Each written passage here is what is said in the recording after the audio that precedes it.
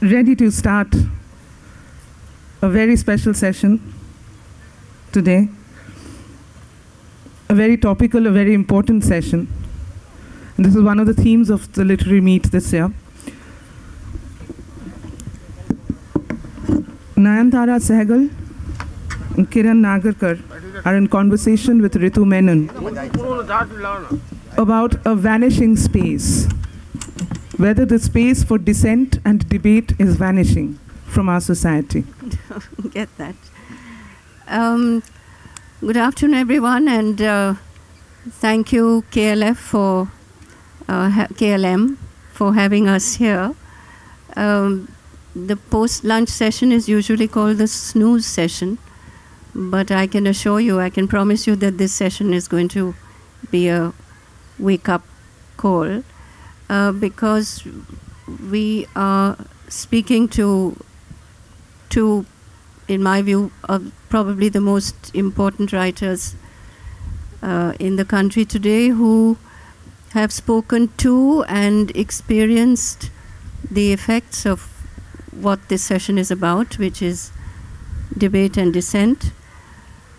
And I think it's also quite important that we're having this discussion today in the aftermath of Rohit Vemula's suicide, which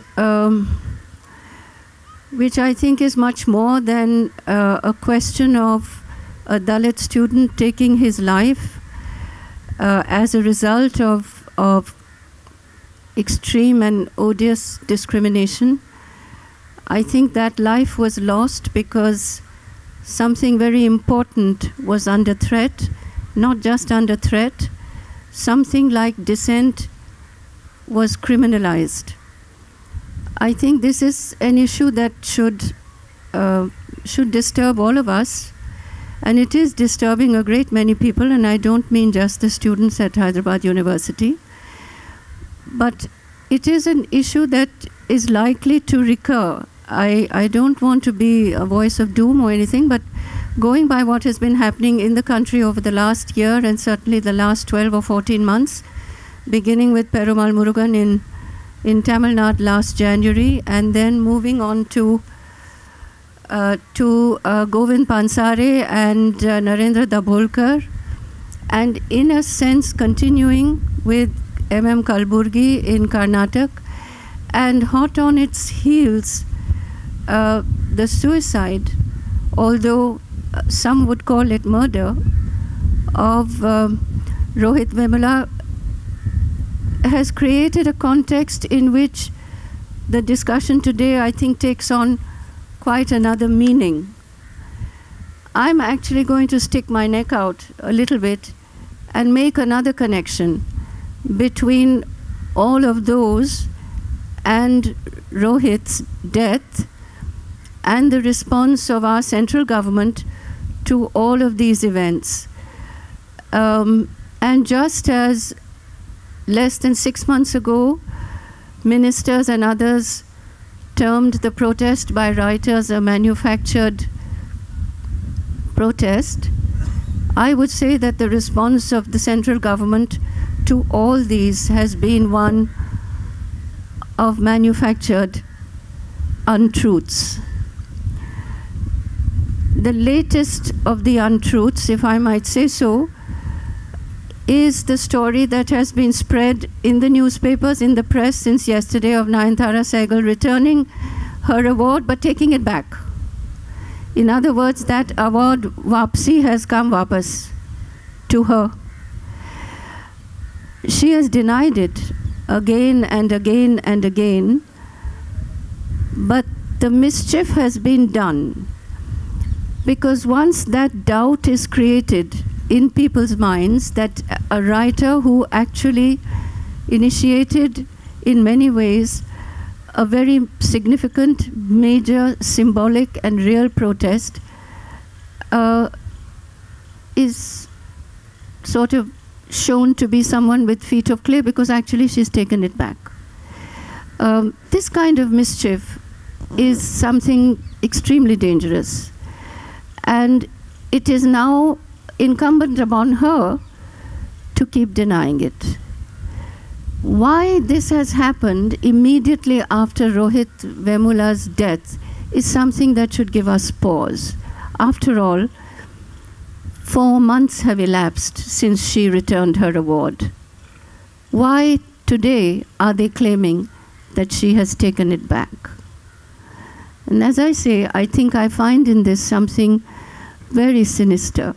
The timing of this statement by the Sahitya Academy and by the Culture Minister is a big question mark in my view. And I do think that the indications and the signs of the times suggest that this is not the last time that this is going to happen. In any event, we hope to have an open discussion about this. It will be interactive. We will speak for a while, and then I was suggesting that we open it up, since these are issues of the moment that concern everybody. But I'd like to begin, if I may, Nayantara and Kiran, with the question of debate and the distinction that I'd like to make between debate and dissent. We come, I think, from a tradition not only of the argumentative Indian, which we've heard about a great deal, but of public debating. That is to say, issues that were raised and debated in the public domain. Let us not forget that years and years ago, the Maharaja of Banaras initiated a debate between Christians and Hindus, a debate which went on for 3 weeks, and the Maharaja was the chair. And the first question was posed by the Christians. These public debates gave rise to a culture of public engagement with issues of the time.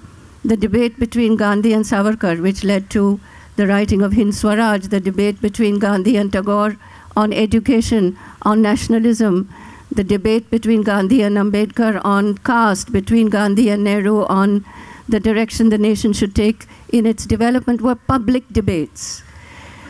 The question that I'd like to ask both of you is, do you see this decline in public debating as a sign of the times? Is it something to do with de-intellectualizing, or is it to do with being apolitical?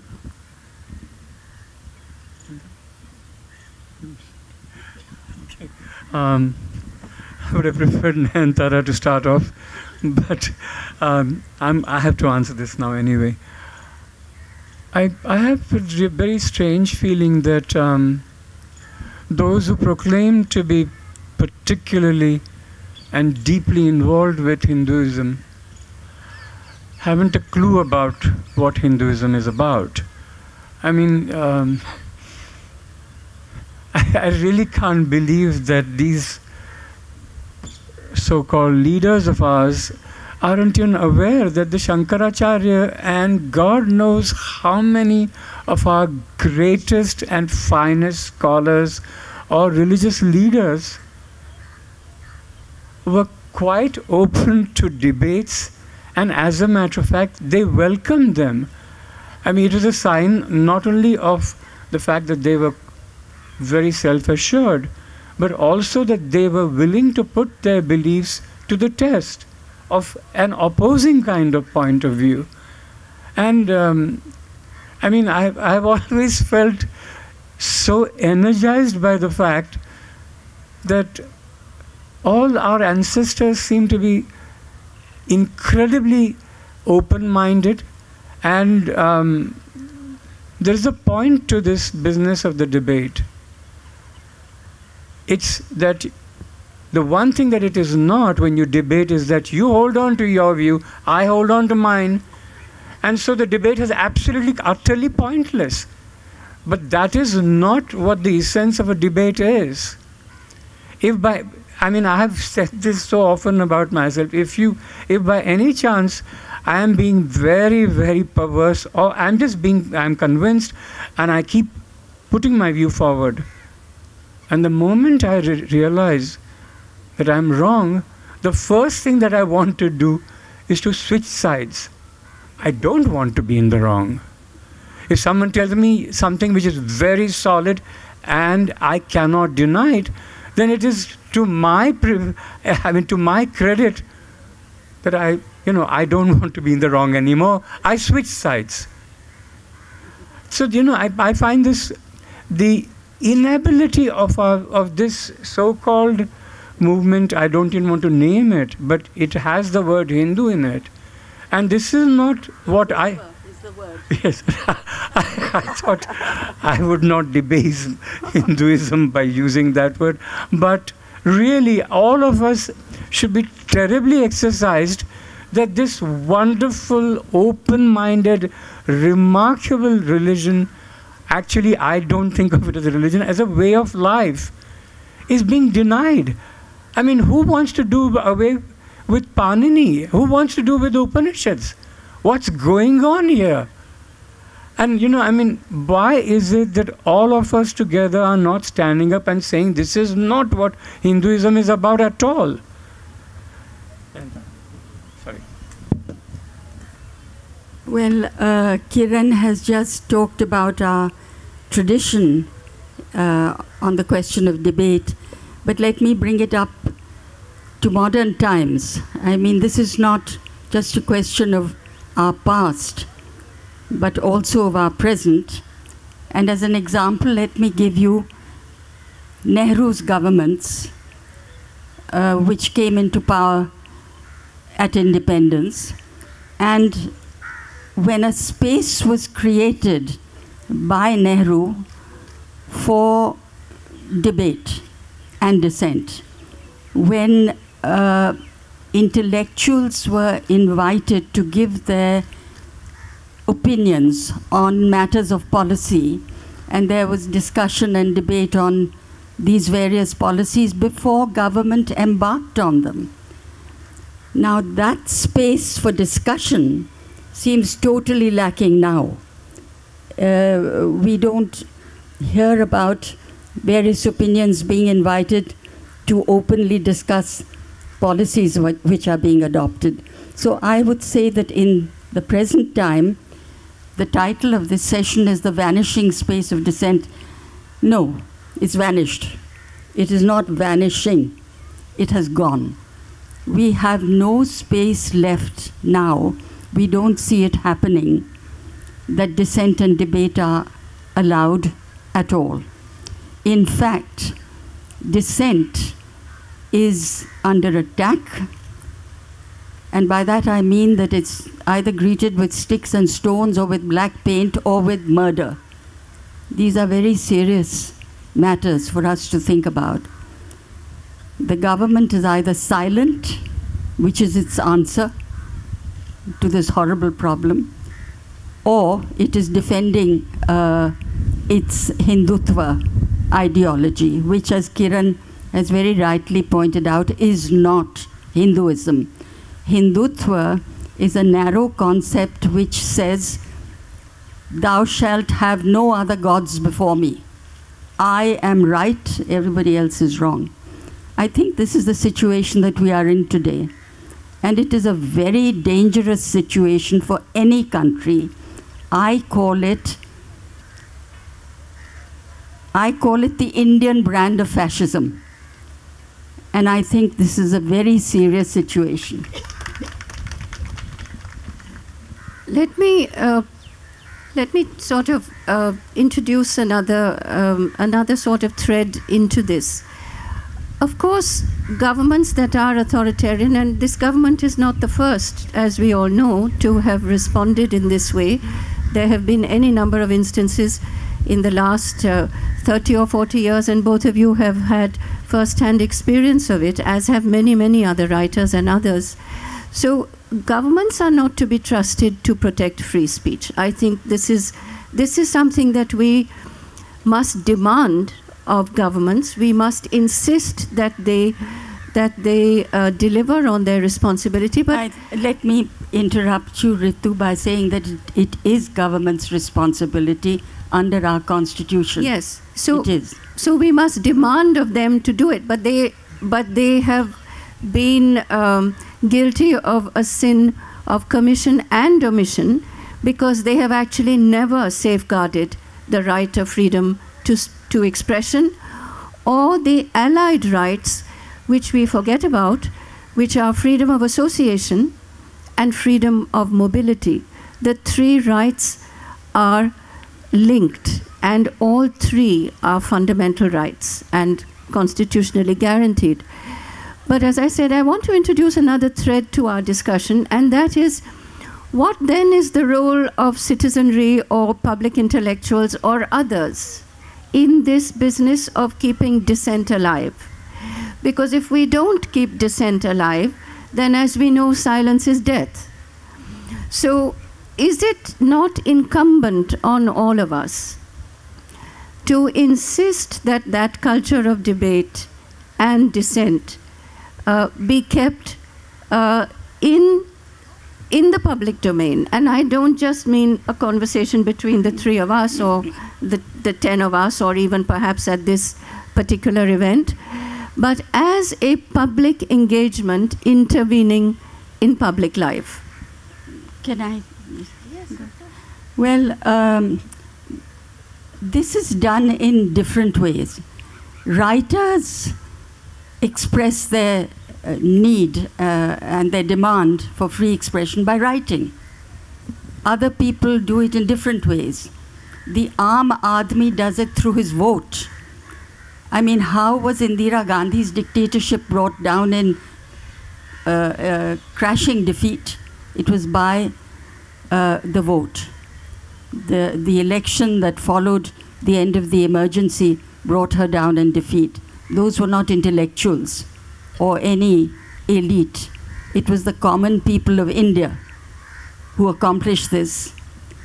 And as I said, every discipline has to pursue it in its own way. And we have seen it happening today when the historians have objected to history being made into a matter of myths and taught as myths. We have seen scientists protesting, and a famous scientist has returned his Padma Bhushan on this account, that he did not want to see science reduced to superstition. So it all is happening through different disciplines in different ways. We can't all pursue freedom of expression in the same way. We pursue it through our disciplines. And that is happening. Kiran. A slight difference of opinion here. Because Ritu did mention citizenry. And I wrote a play called Bedtime Story. I'm not going to go into that. But I wrote an introduction to that. And I'm so glad that Ritu mentioned citizenry. Because if each one of us, and I mean each one of us, does not rise up, then we cannot blame anybody else for what is going to follow. And what is going to follow is that, apart from the fact that we are being forced to swallow lies, we are going to find that there is absolutely no room at all for anything like freedom of speech, or something which I have been talking about for a long time. If you have censorship which is practiced, and censorship in a much larger sense than what I used to understand in the past, one of the first things that you know about censorship is that it is a form of utopia. Some people believe that if you have certain rules, let's say that certain films are not to be seen or whatever, then that's the kind of society that they envisage. It is in some ways a laudable objective. I don't want my children, I don't have any, but I don't want my children to be watching porn at the age of 7 or 9 or 11, okay? But what this current political climate allows, and the government wishes to impose upon us, is a point of view which is never to be debated. And one of the things that we have learned from the Palestinian struggle and from all other aspects of life, including the Holocaust, a 92-year-old woman, she's 92 now, she came, a Jewish woman who had been even a victim of the Holocaust, she came out and she said that if you don't stand up and say this is not acceptable at all and we'll do anything to fight it, then you become an accomplice. As a matter of fact, the woman who was, we still don't know whether she was Kylie someone, I've forgotten her surname. She was, as you know, she was bumped off either by the ISIS, she was in prison with a French journalist, and the first victim of the ISIS murders, I think the fellows who was with her. And what did she say? She did not say that you were an accomplice. She actually said that you are part of the party or the people who are committing the crime. So I do not know whether we understand what she's saying. The enormity of our involvement is absolutely outlined and underlined by the fact that you don't get up. That means you are party to what they're doing to us. And I don't think any one of us wants to be that. And what does it take to stand up and say, hey, Nayantara stood up at that time and other authors stood up, and that we are not buying this story that one of our ministers, and believe it or not, a foreign minister of the state rank, had the gall to say that all the authors were taking money.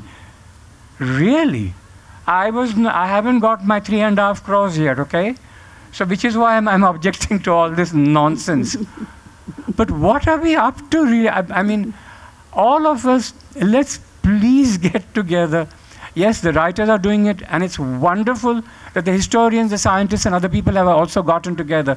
But that is not going to be enough. When a government decides that they will do anything, tell any kind of lies, you have seen this in the Rohit matter, it's out in the public, those letters are out, then we will have to get together and raise our voices and say, thus far and no further.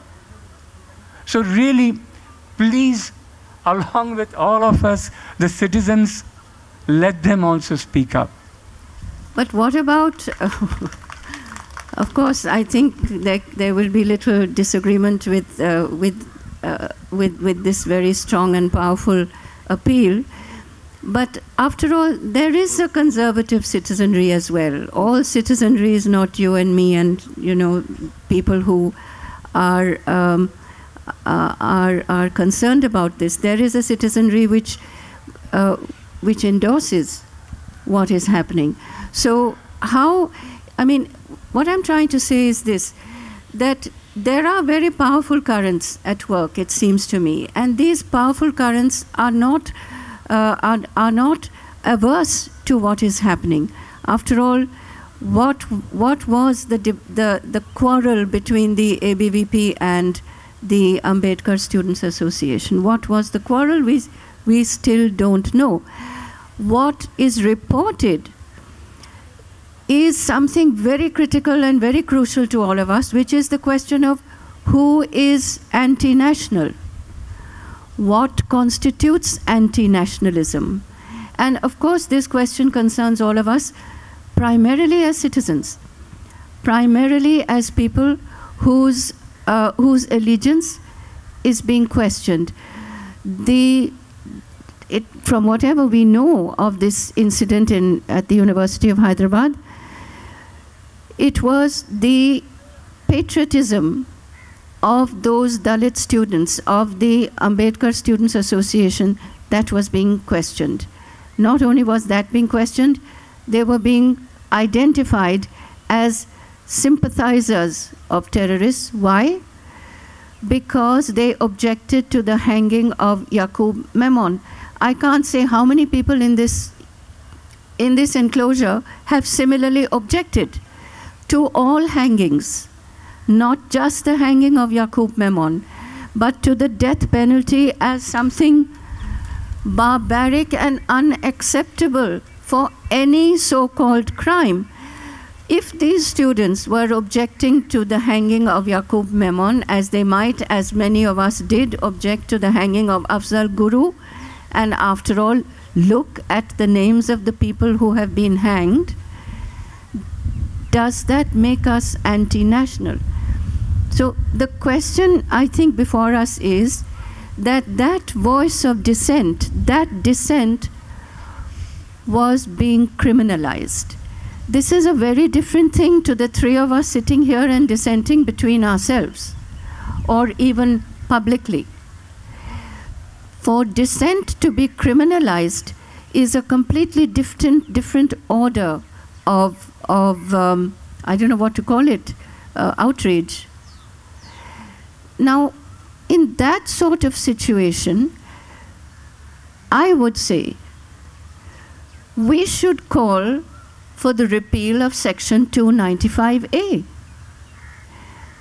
of the Indian Penal Code.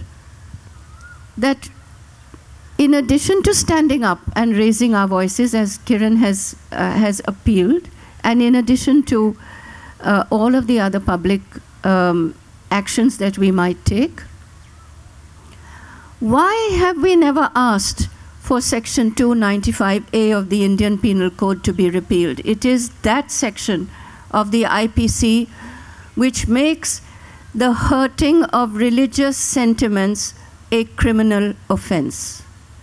Why is it that we have never asked for this to be at least amended, if not repealed totally? And second, why have we never called for that ancient antiquarian law on sedition to be written off the books?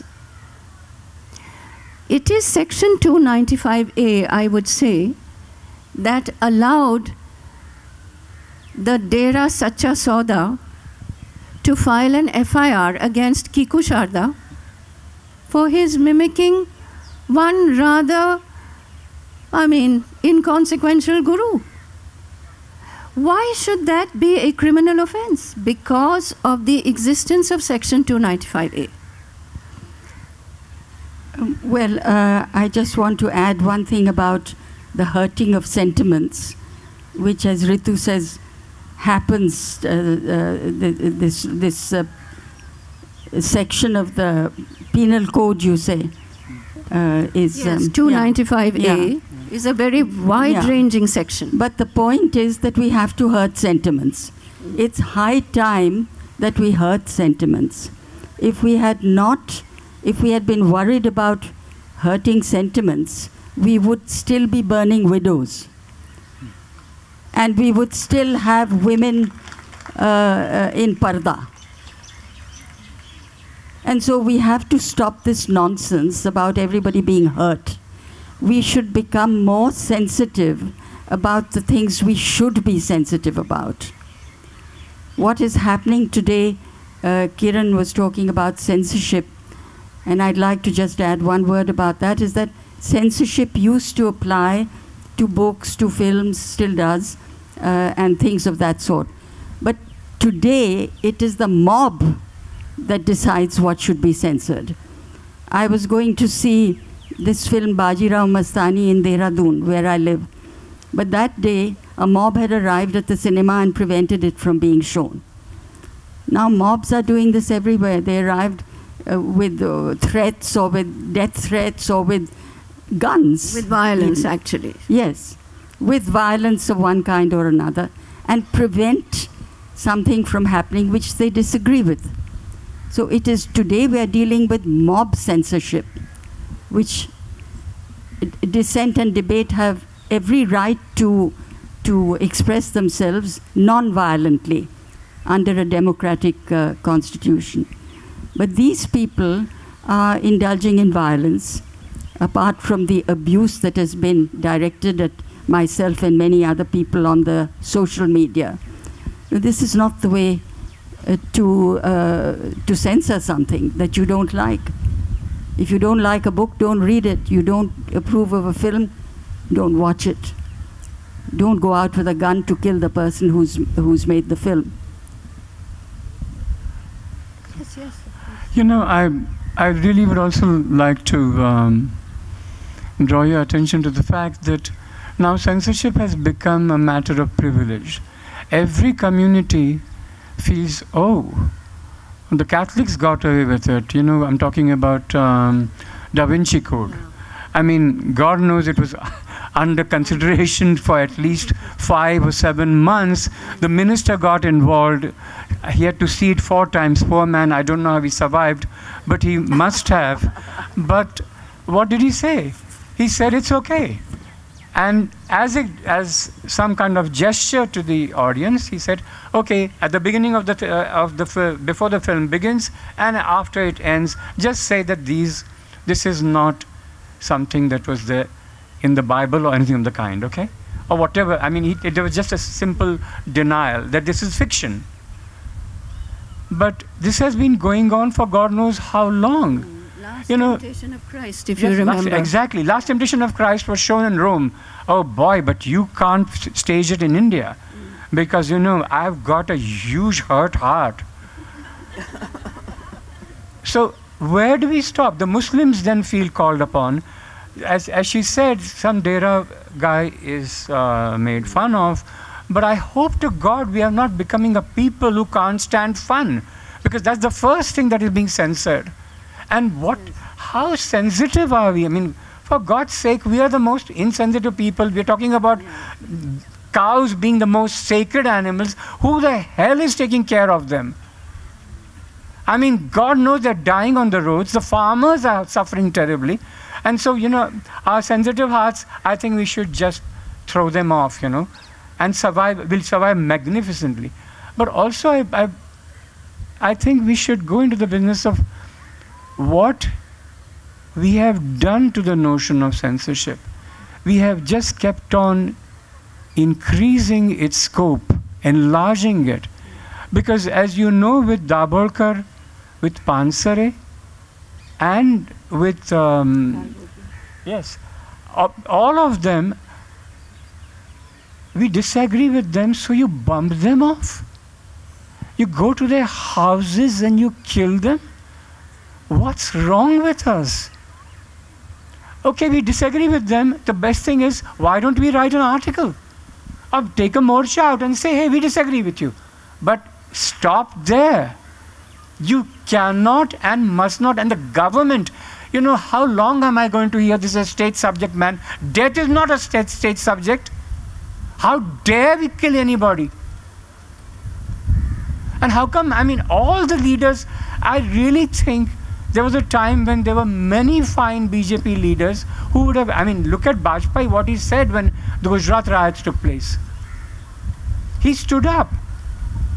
Gujarat murders. Yes. Yeah, absolutely. I don't even want to go into the numbers.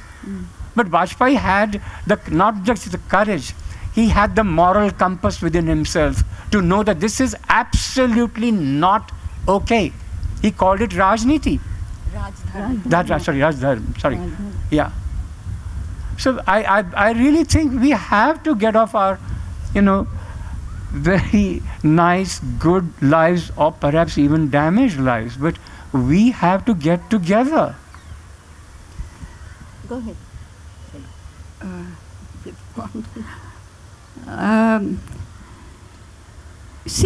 In the previous BJP government, Kiran has talked about Vajpayee. Vajpayee was a man with an open mind. Yes, he was an RSS pracharak. He grew up in the RSS and all the rest of it. But he kept an open mind. I remember that he said once to a group of us who were delegates to the UN at that time, Vajpayee happened to be the External Affairs Minister under the Janta regime. And he had called a meeting of us delegates. And he said, all my parliamentary life, I have argued vigorously against Jawaharlal Nehru's policies in Parliament. But the day I sat in his chair, I began to see why he took the steps he did, which showed that the man had an open mind. Now, I'm sorry to say that the present regime is not open-minded, because we have all mentioned, or maybe they have not mentioned, but let me mention loud and clear that Hindutva, which is the ruling ideology today, is not only is it not Hinduism, But we were never told during the last election that this was going to be the ruling policy. The last election was all about development. We saw the present Prime Minister on 3 screens, glamorously portrayed in beautiful clothes and so on, talking about development. Never once did he say, vote for us because we are going to change this into a Hindu Rashtra. He didn't give us that option. But this is what it has happened. After the election was won, it has been made very clear to us that it is this government's policy to make India a Hindu nation, which it is not. Millions of Indians are not Hindus.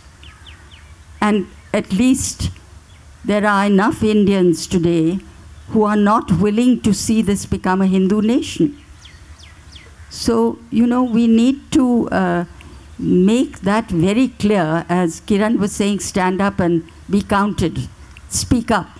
So those who agree with what we are putting forth before you have almost a duty to stand up and be counted before we are converted into something which we don't agree with and we don't wish to have. I just wanted to highlight something. Look, if the topmost authorities in the country cannot differentiate between myth and history, between myth and science, then what are we going to do with this very famous line these days, "Make in India"? You tell me, how many parents, I was waiting, I thought there's going to be a tumultuous crowd of parents who are going to say that transplanting an elephant's head onto a human head is not science. Plastic surgery. Plastic surgery, okay? That is how it was promoted. Do you remember this? It was a hospital, one of the finest and most expensive scientific facilities, medical facilities in Bombay, which was inaugurated by no less a person than our very fine, honorable Prime Minister. When this statement was made, I do not recall any set of parents coming out and saying, I want my son wants to be a doctor, a surgeon or whatever. I don't want him to write in his answer paper that we could do this kind of surgery 3,000 years ago, that our planes are flying forward, backward and sideways. What is going on? I mean, you know, it's a lovely thing to have this kind of statement in a tamasha because we are looking for laughs. You know, folk theatre does this kind of thing. But to have it in real life, there is something wrong with what the highest authority in the country is saying, or is something wrong with us that we are accepting it? I told you, I don't have any children, but I don't want my nephews, nieces, or my friends' children, or any children in my country to be under the impression that we were doing what we were not doing. So, you know, I mean, if this is not absolutely critical, I mean, I don't see any reason, or I can't see a difference of opinion here. So is there a conservative consensus, do you think, around all this? I think that the word conservative has different meanings in India and in the West. You know, it's always said conservative or conventional. Or conventional? No, liberal, yes. The difference is between liberal and conservative. Now, I want to say that in India, the word conservative does not apply as it does in the West to economic policies and policies of that kind. In India, conservative means religious conservatism. It has nothing to do with anything except religion. So it's, you know, the word has a different meaning for us. And when you talk about conservatives, Ritu, we are talking about, again, only religion. And this, again, I have to repeat this, the narrow version of Hinduism which is now being imposed upon us called Hindutva. And if that is the conservative viewpoint, then we don't want it. But how and those who are not of that mindset have got to make it very clear that they are not of that mindset and they will not accept it. I mean, I couldn't agree with you more, of course, and that's why I raised Section 295A, because it is very specific to religious sentiments, not to any other kind of sentiment. And that is what I feel is what is objectionable about it. But what I was trying to get at when I said conservative consensus is that, you know, of course, everybody knows that this is a hugely religious society and country and so on and so forth. I mean, there's never been any doubt about that.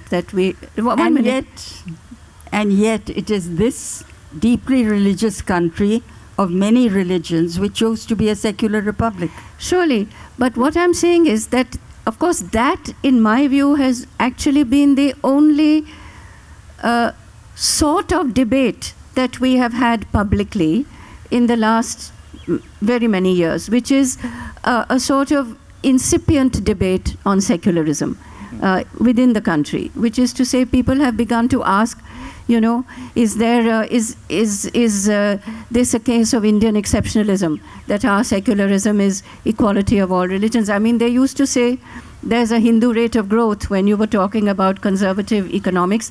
I think we are now seeing a Hindutva rate of death, because this has certainly become something that is that seems to have become like a kind of epidemic, if you like, and it is squarely and unequivocally to be placed at the doorstep of Hindutva.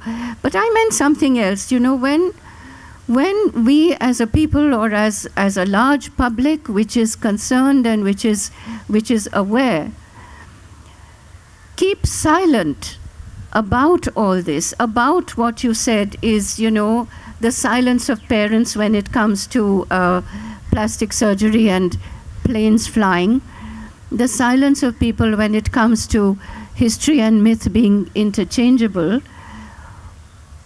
After all, the question that arises is, what is it that prevents a large-scale rejection of this being made publicly? Not just the Pansares and the Dabholkars and the Kalburgis who have written about it, and many others who have written about it. Unfortunately, the three of them were assassinated for it. But what I'm saying is that outcry and that outrage has not happened, and there must be some explanation for that. Well, it has happened. If you take, say, the Bihar election, again, I say that is one way of protest. You reject a government. You reject what a particular government stands for. And Bihar has shown that it is not approving of Hindutva. The Delhi election also showed that. And I think these are very strong ways of public expression. As an electorate, okay. I mean, as an electorate. But I just want to go in a slightly different direction now, just briefly, and then maybe we can open it up. You know, this business of religious sentiment, I keep coming back to it because it seems to be the overarching sentiment that we are beset with now. And the question I want to ask you and both of you as writers, two questions. One is, do we have a right to cause offense? I'm talking about a right, because there is certainly a right to be offended. That right we have seen in full glory. The right to be offended, which has translated very quickly into the right to take up arms. I'm asking another question, which is the right to cause offense. And this was a question that was raised in France after the Charlie Hebdo assassinations took place, that it is well within the the remit of art to cause offense? That's one. And the second question for both of you is, what does this do to the imagination, to the work of the imagination? I'm really glad that you brought this subject up. You know, I find censorship a very, very problematic area in India, especially now that we have enlarged censorship to mean even killing someone. Because the last measure of censorship is to kill the person. As you know, that this has happened in Bangladesh, and we are following this very fine example here in India now. But one of the things that I have felt very strongly about is that because we have not stood up and said at no point will we accept censorship. Please remember one thing. If you think this censorship is about painting, as Hussein did, or about, let's say, even in my example, bedtime story or whatever, a play that I wrote. Kiran, maybe you should just tell them very briefly about bedtime story, because everyone may not know. It was something that Kiran wrote in 1980 and was prevented from being staged, a play that was prevented from being staged in Maharashtra, where, as you know, everything has to be submitted for approval before it can be put on the boards. But just very briefly. It was in 1977. I had begun to write the play in about 1974-75. It's a play about the Mahabharata. Actually, I'm again misrepresenting what I was trying to do. I used the Mahabharata stories to make a particular point. And the point was, again, something that I've been talking about here, that anything that happens anywhere in the world, you and I are responsible. The Iraq, Mr. Fantastic Bush, Superman himself, would never have been able to do what he did in Iraq, and whatever the horrible consequences have been, which we are experiencing today in the form of ISIS and God knows how many other terrible things happening in the world. But the point is, we are responsible for what happens in our backyard and also what happens across the world. You have to stand up. At one point, the British did stand up, and then Tony Blair took over, and he was all the time looking up to Mr. Bush. If Mr. Bush said jump, Mr. Blair said, how high? So, you know. So the point is, we have the only people, the only persons, or the only fact of it is that only people who can do it is you and me. So again, at home also, this is what we are talking about. Again and again, I come back to the same point, but what I'm trying to get at just now is much larger. You know, censorship is supposed to be something that happens to, artists, and what the hell do they do anyway? What contribution do they make, according to most people? I mean, Da Vinci or Raphael or our famous artists in Khajuraho or whatever, what does it matter to us? After all, we send Hussein somewhere else.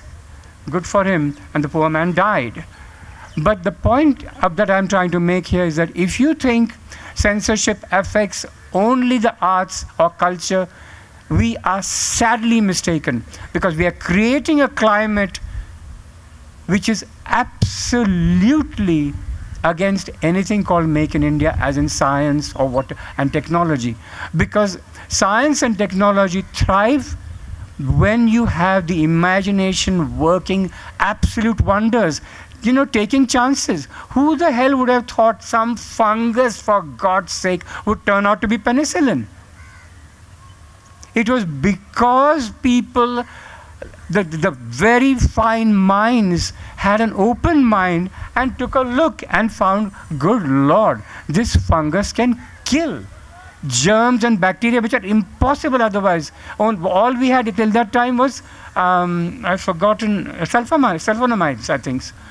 So it does not affect anything as simple or desirable as art, which I hope I practice once in a while at least. It absolutely gets to the root of science and technology. Do we want to miss out on this? What is wrong with us? I just can't. Don't we understand what the implications of censorship are? Well, the way that things are proceeding now under Hindutva, I'm just waiting for the day when the culture minister puts saris on the naked statues at Khajuraho. Because there they are in very dramatic new sexual postures and so on. So that might happen too. But censorship, or as Ritu said, the right to offense. Have we the right to give offense? And the answer is yes. We have the right to give offense in writing, through painting or any other form of art, through, as Kiran was saying, scientific discoveries and so on. The point is that in a democratic society, all this must proceed with non-violence. And what is happening today is that violence is being used by those who do not like disagreement. And it is that which must be stopped at any cost, not the right to give offense. We have a right to do that. And again, you know, I'm not so sure that many of us want to give offense, but the majority of us are so keen on taking offense when none is meant. This is, I mean, where did we get this from? You laughed just now, no, I'm offended. I think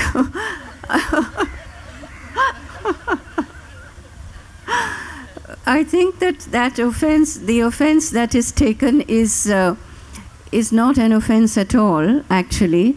It is an excuse to dominate. It is an excuse to silence. And I frankly question that offense which is taken, because it seems to me that it's a complete fraud. And that's why I say that this business of hurting of sentiments, by which we only mean religious sentiments, because when my sentiments are hurt, nobody is defending me. No one says to me, I mean, I'm offended when Subramaniam Swami says women should have 4 children each. It offends my sentiments. It offends everything that I hold dear.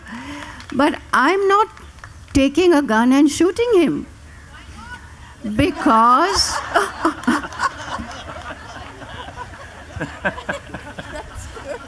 well, because I'm non-violent, maybe. Non-violence may be an excuse for... Here's a debate. No, but what I'm saying is that this offense seems to me to be a complete smokescreen.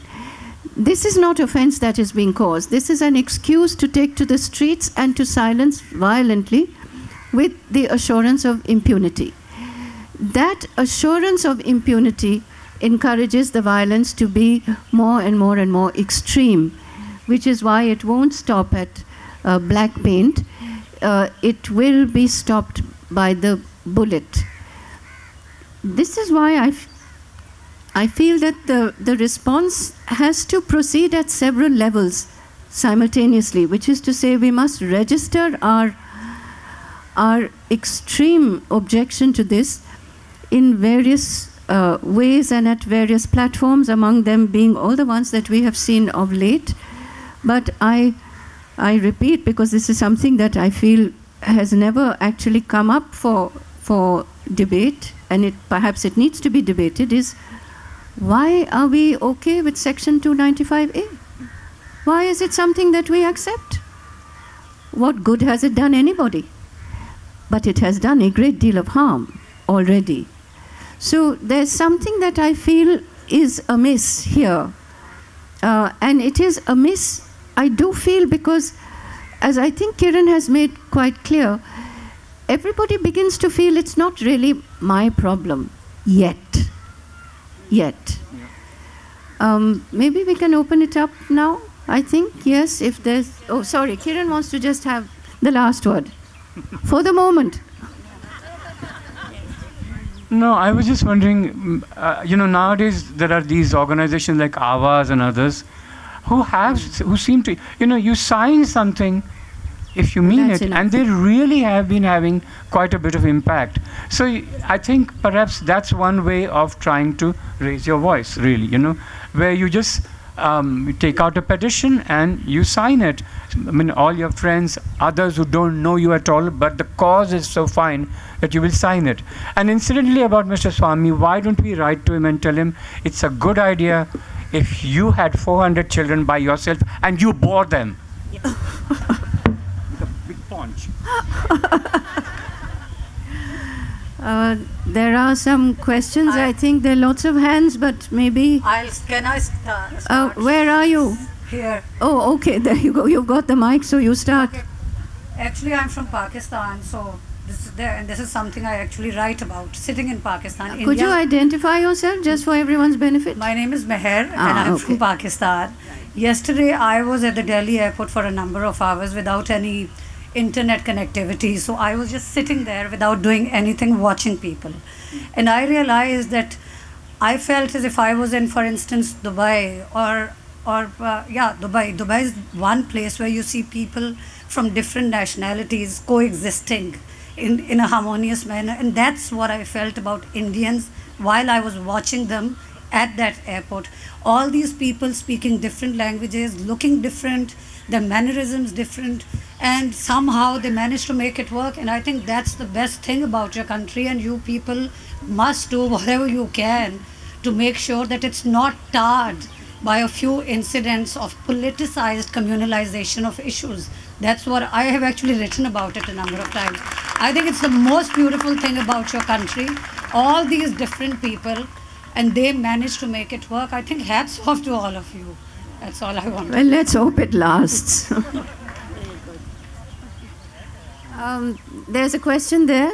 Okay. Can someone give her the mic?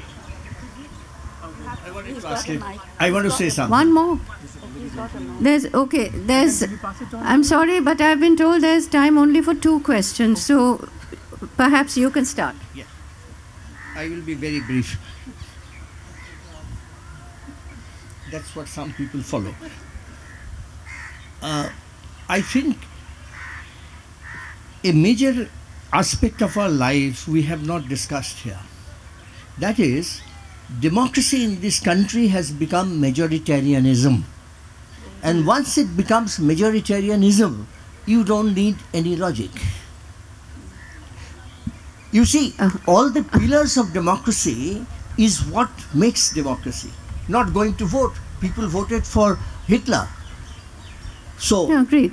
so the point I'm making is that public, in our schools, colleges, everywhere, we must redefine what democracy is, what difference of opinion is, how a difference of opinion enriches society. We don't have any such instructions. Second thing is, I must say that when the people are absolutely in poverty line, 59% of our families are in absolute poverty.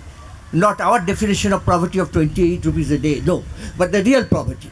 Now, in that case, would you expect that person to go against authority when authority has lawful and unlawful means to suppress it? Yes, but it's not those 59% who are the offenders. Yeah, they're not. No, yes. Agreed. But no to the other 41%. They don't have that possibility either most of the time. There was another question somewhere? Yes, that's the last one. I'd just like to, it's nothing very profound, but I was just wondering if we could talk about how do there's censorship and there are writers who protest against it, but what about the people who are on the other side, as in the Aam Janta? How's the media helping in the formation of critical dissent? Is the media at all helping in it? Because ultimately it is through platforms like Facebook or something that we come to know, Twitter, that we come to know about the case of the recent suicide. So how effective is the media? It always, person on the other side who's watching it, since you all have, been there, and we don't really know how far the media is giving us the real truth, so to say. Fair enough. We don't know that, but that's the only source we have at the moment. Right. So But I think that that's a very valid question. Right. Because 3/4 of the media is now corporate owned. Right. And I'm not sure that that's a very good trend. Right. And so we cannot say we are getting the whole truth. We are getting what the media calls, in their view, is a balanced outlook. Right. You can't balance good and evil. One is good, the other is evil. But that is the kind of reporting on the media that we're getting, particularly the electronic media, not so much with the newspapers. And I, therefore, watch it very critically now.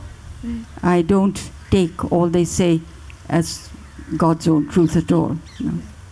Also, one last question there. Very last. Sorry, but we did start late. Good afternoon. My name is Sonia Jabbar, and I'm actually Mr. Nagarkar had given a clean chit to Mr. Vajpayee. No, I did not.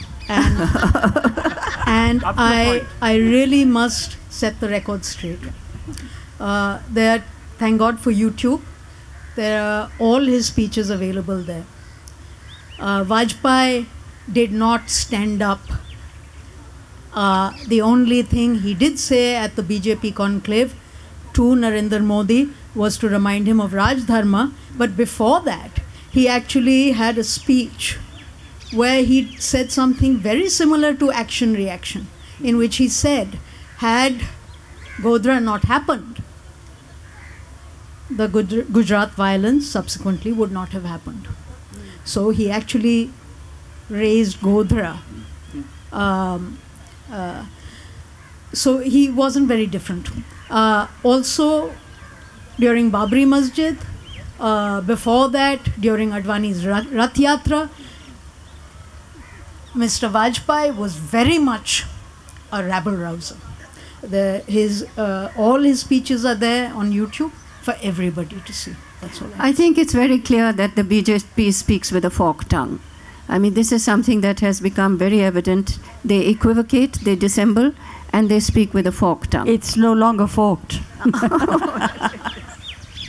Thank you very much for pointing that out. And I was citing that one instance, and the rest you're right about. So I won't deny that at all. I think we must conclude now. Thank you all for being patient, and thank you to the organizers for allowing us to have our say.